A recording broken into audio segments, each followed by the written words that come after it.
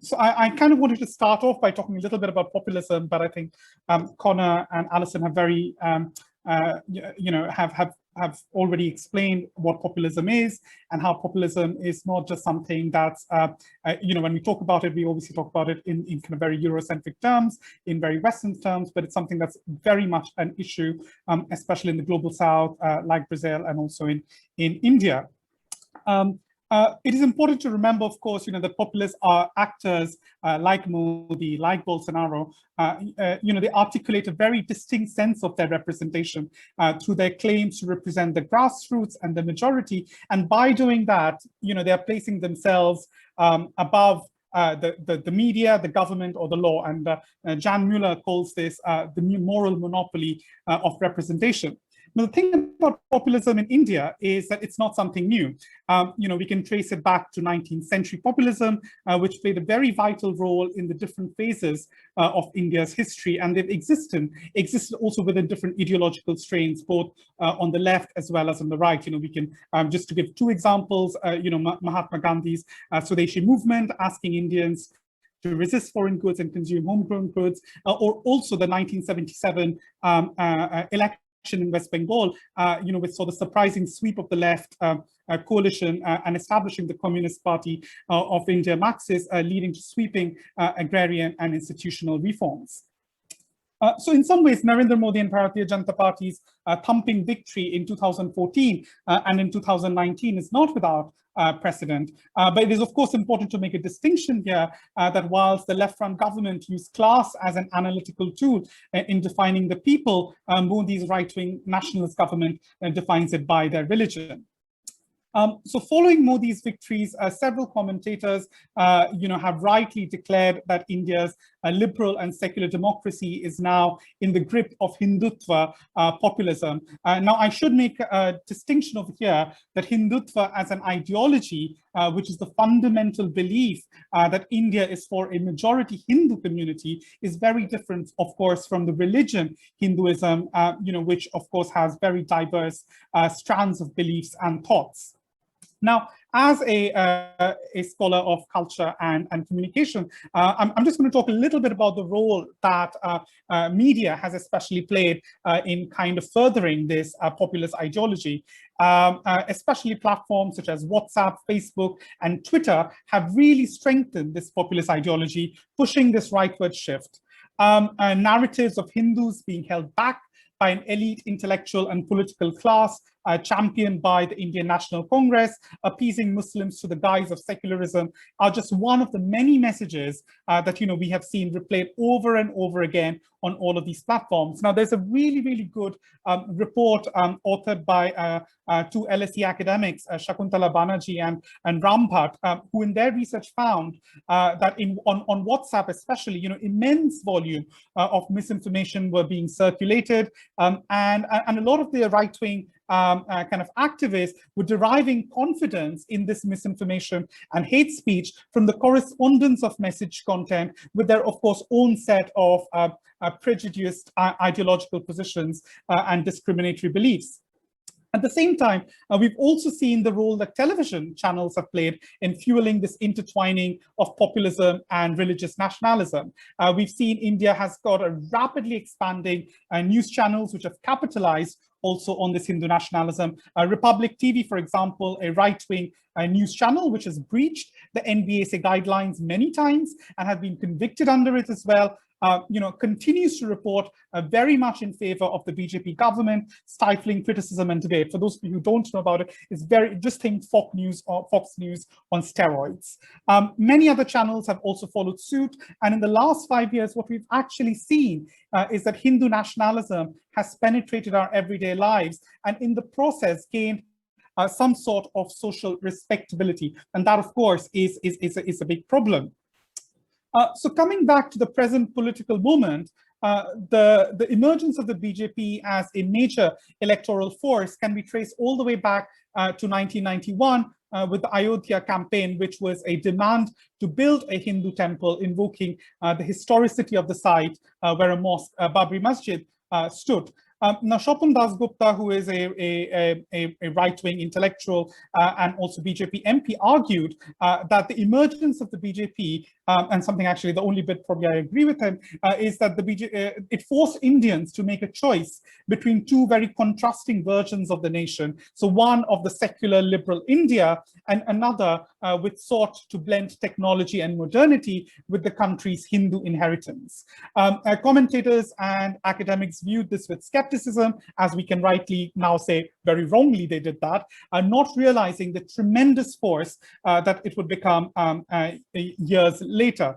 We've also kind of seen, liberal Indian modernity, it came to recognize secularism as a very potent signifier and kind of use lots of measures to kind of, build up the sense of patriotism and nationalism, so things like, playing the national anthem at the end of films, something which carried on until the 1970s and was kind of revived by the BJP government, in 2016 when a two-bench Supreme Court judge made it compulsory to have the national anthem at the beginning of a movie. And of course, there have been incidents of people dissenting, of not wanting to stand or of not wanting to sing, who have been branded anti-nationals, or another very sexy term, which is urban Nakshalites.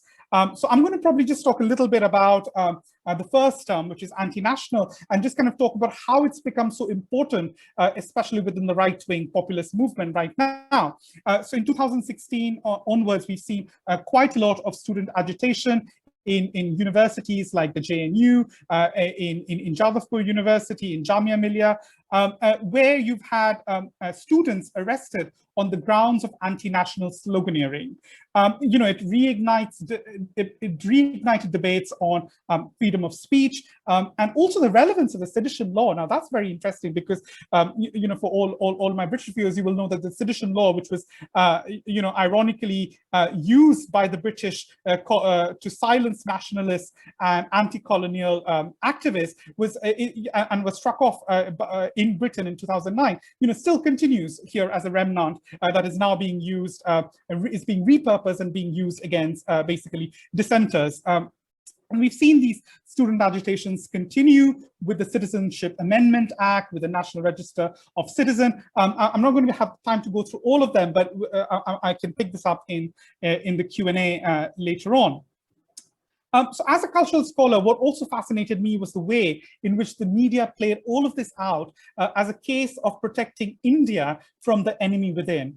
Notably in Z News, Times Now, Republic TV called for mob justice. I mean, they literally use the term mob justice, and they were eager to paint the students as anti-nationals. We had the Home Minister, Rajnath Singh, kind of repeat this line and announcing that anyone who questioned India's policies would not be tolerated or spared. Arnab Goswami went live on Republic TV and asked, and I quote, "What should we do with a group of secessionists, anti-national opportunists? They are simply pro-Pakistan elements." And this is, of course, has been a big issue, but Modi has now become a cultural phenomenon, a symbol of a confident India for his supporters. His populism was on display even before he became a prime minister, and we saw that from 2013, 2014 onwards, when Western nations started welcoming him. And of course, the Indian diaspora played a very important role in this rehabilitation. And we saw this in Wembley, for example. We had 60,000 people throng the football stadium. We had, poor David Cameron became the side act compared to Modi. And of course, the same thing was repeated again in 2019, when he went to Texas with the Howdy Modi event that they had over there. Now, soon after his election, Modi said something very interesting. He said, "Sarkar nahi chalana hai, desh chalana hai." I'm not interested in running the government. I'm interested in running the country. Given the federal nature of India, he made it abundantly clear that democracy under his vision meant majoritarianism. Modi's pan-Indian appeal, one, as I kind of explained, carefully crafted through media, has made questioning has made a public debate and dissent no longer about questioning the government and their policies, but actually questioning the very idea of India and the nation state, and thus making any such speech potentially seditious and anti-national. And it was really good to hear from Connor about the positive kind of swings, the polls that's showing in Brazil. Unfortunately, even with the COVID pandemic and with everything that's happening, unfortunately, it hasn't in any way dampened the polls for the BJP. And I'm very opportunistically, I'm actually in West Bengal right now. I've got a family emergency, and I can see what's happening over here, in the assembly election, and it's quite disappointing to see the number of people in a state that was erstwhile communist-led, kind of wanting to flirt with BJP and wanting to flirt with kind of their really right-wing ideological policies. So what next? The future of India, future of democracy in India is at a crossroad. I think it cannot be sugar-coated in any way. Goodvarki wrote a very good book called India After Modi, and he argues that there is no way to return to the kind of socialist centricism that was displayed under Nehru. And what we are seeing now is a very post-Congress system. There is a need to adopt new idioms, to build a new social reform agenda, and not merely talk about caste and religious alliances, when we don't confront the vast inequality that exists even now, where you've still got politicians from all ilk, kind of really using this when they need to go out and get votes. Media, the supposed vanguard against totalitarianism, is also under attack over here. Of course, all is not lost. We saw the Shaheen Bagh protest in Delhi, a protest that brought togetherness and hope during global pandemic. It showed inclusivity. It showed that change. I'm going to probably be a bit pessimistic. I don't think change is going to come in the next few years. I think change is probably going to take a much longer than that, especially the way in which the BJP has taken over not only the kind of the central governance structures, but also state governance structures across all the states in India. But there is a potential. There is a potential for us to push through this current moment. But I think that is only going to happen if we are able to change minds and speak to people to achieve this in the next however many years it takes. But we just have to carry on. So I hope I finished on time, John. I can pick the other things up during the Q&A.